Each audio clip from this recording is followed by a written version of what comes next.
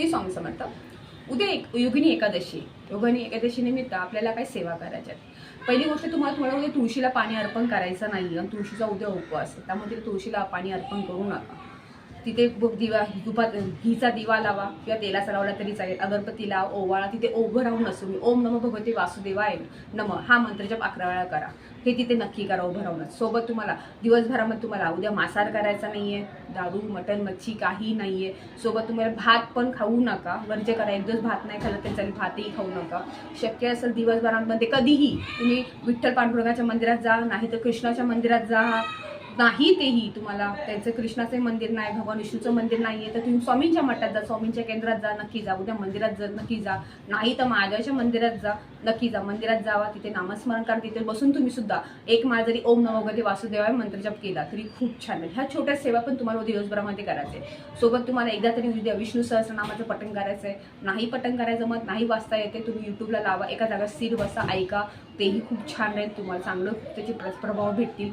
तेही सोबत तुम्ही व्यंकटेश स्तोत्रही वाचा एकदा तरी, त्याचे खूप चांगले प्रभाव तुम्हाला भेटणार आहे. ह्या छोट्या छोट्या ज्या सेवा आहेत तुम्हाला उद्या करायचे. तुम्हाला उद्या उमऱ्याला हळदीचं लेपन करायचे, उमऱ्याची पूजा करायची. तुम्हाला होतं ना भगवान विष्णूची तिथे बसून तुम्हाला तुमच्याकडे भगवान विष्णूचा किंवा मूर्ती असेल किंवा तुम्हाला बाळकृष्ण प्रत्येकाच्या घरात असतो. बाळकृष्ण तुम्ही पंचामृताने अभिषेक करा. अभिषेक करताना ओम नमो भगवते वासुदेवाय हा मंत्र जप करा.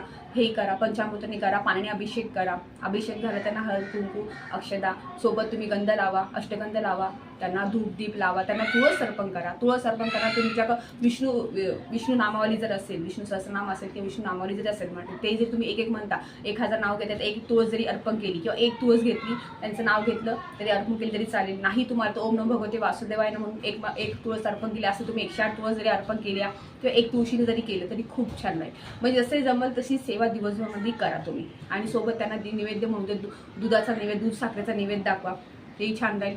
तुम्ही जेवढे जमेल तेवढे स्वतःला मग त्याने का होईल तुम्हाला पैसा नाही भेटेल असं नाही, पण मनाची शांती भेटते, समाधान भेटते. घरातले वातावरण जे कटकट असते दूर होते.